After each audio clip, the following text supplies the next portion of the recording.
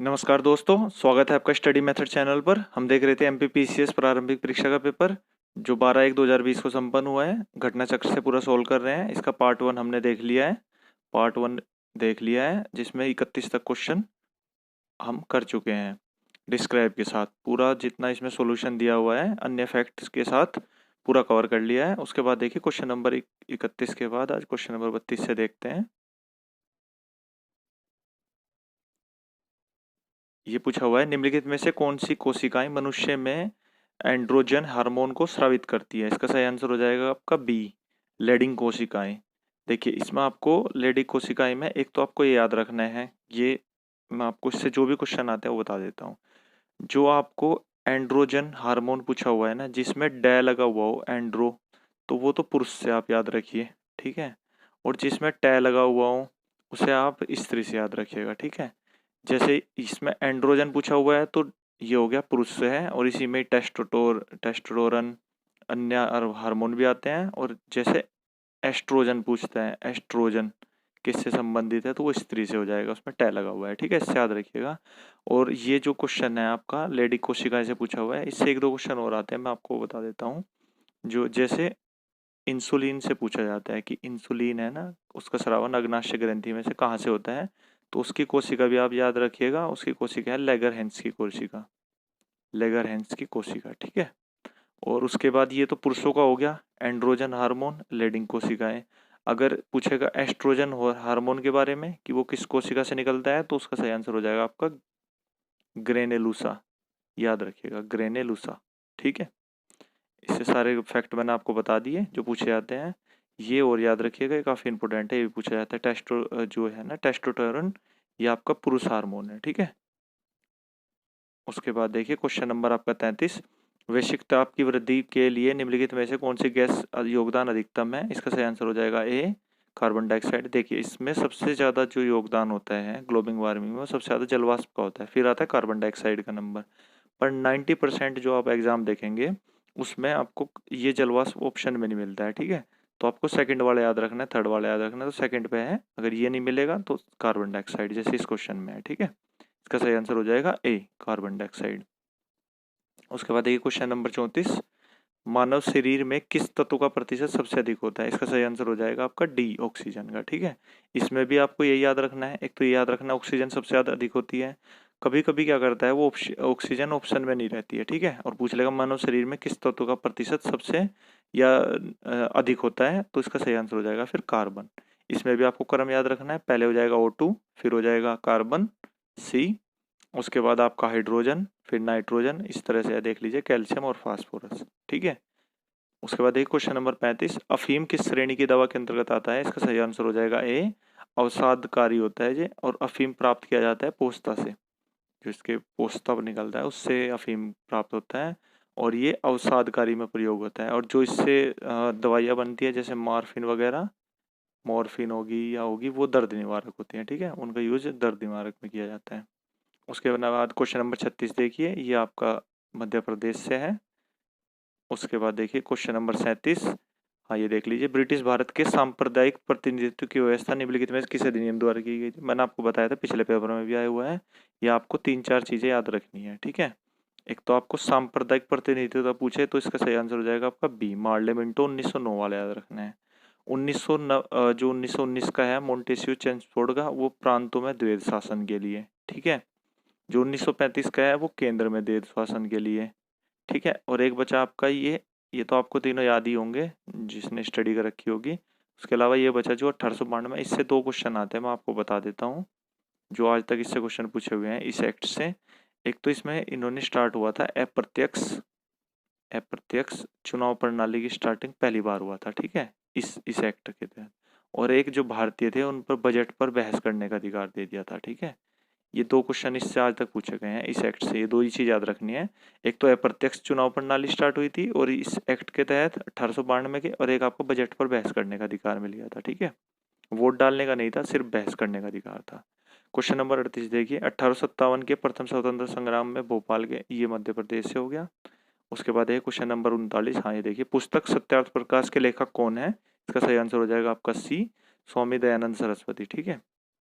1875 में इन्होंने ये बुक लिखी थी और 1875 में इन्होंने आर्य समाज की स्थापना करी थी। ठीक है, ये सन याद रखिएगा, 1875 आर्य समाज की। इससे 3-4 क्वेश्चन और आते हैं, मैं बता देता हूँ आपको। देखिए, एक तो इन्होंने वेदों की ओर लौटो का नारा दिया था। ठीक है, एक तो ये याद रखना है। दूसरा क्वेश्चन आता है इसमें, स्वराज शब्द का सर्वप्रथम प्रयोग किसने किया था आधुनिक भारत में। ठीक है, अभी बताऊंगा ये क्यों बता रहा हूँ आधुनिक भारत में। और एक क्वेश्चन आता है आपका, ये ज्यादा इंपॉर्टेंट है, पूछा जाता है शुद्धि आंदोलन किसने स्टार्ट किया था। ठीक है, ये बहुत इंपॉर्टेंट है, इसे याद रखना। शुद्धि आंदोलन का भी संबंध आपका स्वामी दयानंद सरस्वती से था। ठीक है, और स्वराज का जो इन्होंने प्रयोग किया था आधुनिक काल में प्रथम बार, इससे पहले आपको स्वराज में 4 नाम याद रखने। एक तो इन्होंने प्रयोग किया था इससे पहले शिवाजी ने। ठीक है, उसके बाद आपका बाल गंगाधर तिलक ने, और उसके बाद आपका कांग्रेस ने 1906 के अधिनियम में प्रस्ताव पारित कर दिया था दादा भाई नौरोजी के नेतृत्व में। ठीक है, 4 जगह पे जो स्वराज था, इन्होंने पहले शिवाजी ने, दयानंद सरस्वती ने, बाल गंगाधर तिलक ने, और 1906 के अधिनियम में दादा भाई नौरोजी ने प्रस्ताव पारित कर दिया। ठीक है, इससे क्वेश्चन आते हैं। उसके अलावा देख लीजिए एक ये इनमें ये तो इतने इंपॉर्टेंट नहीं है आपके, ना ये इतने इंपॉर्टेंट है, ये बहुत इंपॉर्टेंट है, महर्षि डी के कर्वे। ठीक है, इनका संबंध, इनसे पूछा जाता है क्वेश्चन। इन्होंने भारत में पहला महिला विश्वविद्यालय की स्थापना की थी। ठीक है, ये याद रखिएगा, बहुत इंपॉर्टेंट क्वेश्चन है। ये मुझे भी नहीं पता था जब मैं पढ़ता था कौन है। मैंने जब एक बार इन्हें आई थिंक देख लेना, 56 या 58 में भारत रत्न मिला हुआ है। ठीक है, तो मैंने देखा था भारत रत्न मिला हुआ है तो कौन है ये, जब इनका विकिपीडिया पढ़ा तो ये मिला। ठीक है, ये इनसे मतलब ये महिला शिक्षा और विधवाओं के पुनर्विवाह इनसे प्रेरित रहे। ठीक है, इन्होंने काम किए, ये महर्षि डी के कर्वे। ठीक है, पहला महिला विश्वविद्यालय इन्होंने बनाया था। नाम याद रखते हो रख लीजिएगा, उसका नाम कुछ SNDT था। ठीक है, विद्यालय का नाम। उसके बाद देखिए क्वेश्चन नंबर 40, रेशम बुनकरों की श्रेणी की जानकारी निम्नलिखित में से किस शिलालेख में मिलती है। इसका सही आंसर हो जाएगा ए, दसपुर शिलालेख, इसे ही मंदसौर अभिलेख भी कहते हैं। ठीक है, मंदसौर अभिलेख। अब इस मंदसौर अभिलेख से दो चीज याद रखिए, जिसे दसपुर या मंदसौर अभिलेख कहते हैं। एक तो ये कुमारगुप्त के टाइम पर आया हुआ है, उसका भी मंदसौर अभिलेख है, और एक आपका यशोवर्मन का भी है। ठीक है, इन दो के नाम से मंदसौर अभिलेख का नाम उल्लेख मिलता है। उसके बाद इससे एक क्वेश्चन मैं आपको बता देता हूँ। देखिए, मैं कल पेपर देख रहा था, जो आपका, अब ये काफी इंपोर्टेंट क्वेश्चन है ना, हमने कभी पढ़ा था, पर ये डायरेक्ट नहीं पूछा हुआ है। ये क्वेश्चन आपका 2019 में जनवरी में ही यूपी का प्रवक्ता का पेपर हुआ था। ठीक है, यूपी प्रवक्ता का पेपर, उसमें जनवरी 2019 में ये पूछा हुआ है क्वेश्चन। पर पूछा क्या हुआ है देखिए, मैं बताता हूँ इसकी डिटेल से। उसमें पूछा गया है पटव्याय श्रेणी, बस इतना पूछा हुआ है, का संबंध किस अभिलेख से है। 4 अभिलेख थे उसमें, तो इसका सही आंसर था आपका मंदसौर। ठीक है, तो इस तरह क्वेश्चन पूछते हैं। ये मैं आपको जो डिस्क्राइब करके हर चीज बताता हूँ ना, मैं भी सोचता ये क्वेश्चन कहाँ से आया हुआ है, ये ऐसे आते हैं क्वेश्चन। ठीक है, मैंने वहां पढ़ा हुआ था तो मुझे याद आ गया कि ये रेशम से है, तो मंदसौर अभिलेख है इसका, जिसका नाम दसपुर है। ठीक है, उसके बाद ये देख लीजिए, इसमें थोड़ा टाइम तो लगेगा पर काफी इंपोर्टेंट है सारे अभिलेख। ये प्रयाग प्रशस्ति है जो वो समुद्रगुप्त का था। ठीक है, हरिशेन थे इनके टाइम पे, उन्होंने इस पे रचना की है। और एक चीज और ध्यान रखिएगा, ये अकबर ने ना स्थापित कर दिया था इन्होंने, कौशाम्बी से प्रयागराज। इस पे जहांगीर का उल्लेख भी मिलता है इस पे। ठीक है, प्रयाग प्रशस्ति पे। उसके अलावा हाथी गुफा अभिलेख, ये खारवेल का है। ठीक है, याद रखना, खारवेल कलिंग का राजा था ये, कलिंग पड़ता है उड़ीसा में। ठीक है, ये हो गया इतना। और ये खारवेल था जो वो चेदी वंश से था, और इससे जैन धर्म को ये मानता था। ठीक है, ये क्वेश्चन आया हुआ है, ये क्वेश्चन एक आया हुआ है, ये आया हुआ है, मैंने आपको सारे बता दिए। कभी आगे क्वेश्चन आएगा तो मैं फुल डिटेल में इसके सभी जो भी 10-15 क्वेश्चन आए हुए हैं हाथी गुफा अभिलेख से सभी बता दूंगा। और एक ये बहुत इंपॉर्टेंट है ऐरन अभिलेख, इसे याद रखिएगा। इसमें सबसे पहली बार सती प्रथा का उल्लेख मिलता है। ठीक है, ये पूछा जाता है सती प्रथा का सबसे पहले बार उल्लेख किस अभिलेख में मिलता है, तो इसमें ये भानुगुप्त के समय आया था। ठीक है, भानुगुप्त के समय लिखा गया था सती प्रथा का ऐरन अभिलेख। ठीक है, उसके बाद देखें आगे, ये जितने क्वेश्चन मैंने इन चारों से आपको बताए हैं, चारों अभिलेखों से कम 10-15 क्वेश्चन आए हुए हैं। ये हाथी गुफा बहुत इंपॉर्टेंट है, ये भी। ठीक है, उसके बाद देखिए क्वेश्चन नंबर आपका 41 में देखेंगे हम, कैप्टन रूप सिंह स्टेडियम, ये वैसे मध्य प्रदेश है, फिर भी आप याद रखिएगा जो रूप सिंह थे वो हॉकी के प्लेयर थे। ठीक है, पहले ये हॉकी का स्टेडियम था, अब इसे बदल के आपका क्रिकेट का कर दिया था। क्वेश्चन नंबर 42 देखिए, ये मध्य प्रदेश का हो गया। क्वेश्चन नंबर 43 भी हाँ, क्वेश्चन नंबर 43 मध्य प्रदेश का एकलव्य पुरस्कार है जो मध्य प्रदेश सरकार देती है। पर इसमें ये सन याद रखिएगा, ठीक है। अर्जुन पुरस्कार मिला था 1961 में, जो स्टार्ट हुआ था। क्वेश्चन नंबर 44 भी यही हो गया, 45 भी मध्य प्रदेश का हो गया है। क्वेश्चन नंबर 46 देखिए कंप्यूटर का, जो कंप्यूटर में वायरस आता है उसकी फुल फॉर्म पूछी हुई है।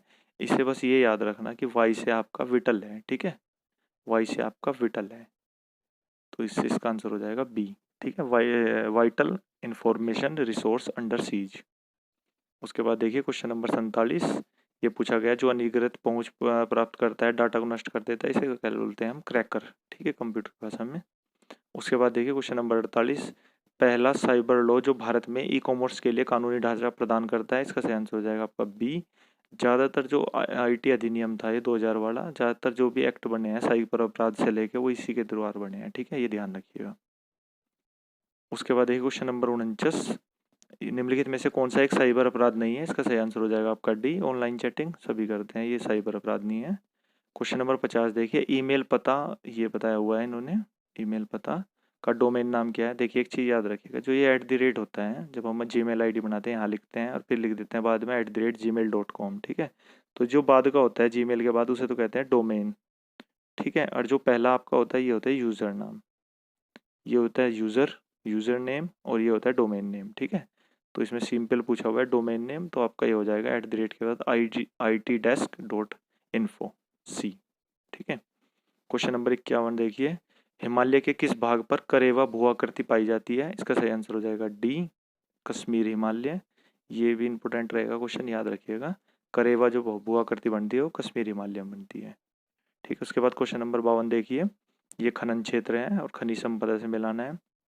देखिए इसमें मैंने आपको, ये कोलार हो जाएगा आपका सोना से, जावर हो जाएगा आपका जस्ता और सीसा से, मैसेबेनी हो जाएगा आपका तांबा से, और कालांडी हो जाएगा आपका बॉक्साइट से, ठीक है। जो ये बॉक्साइट है ये उड़ीसा इसमें प्रथम स्थान पे है। देखिए जो कोलार की है, मैंने आपको बताया था केजीएफ मूवी से, याद रखिएगा।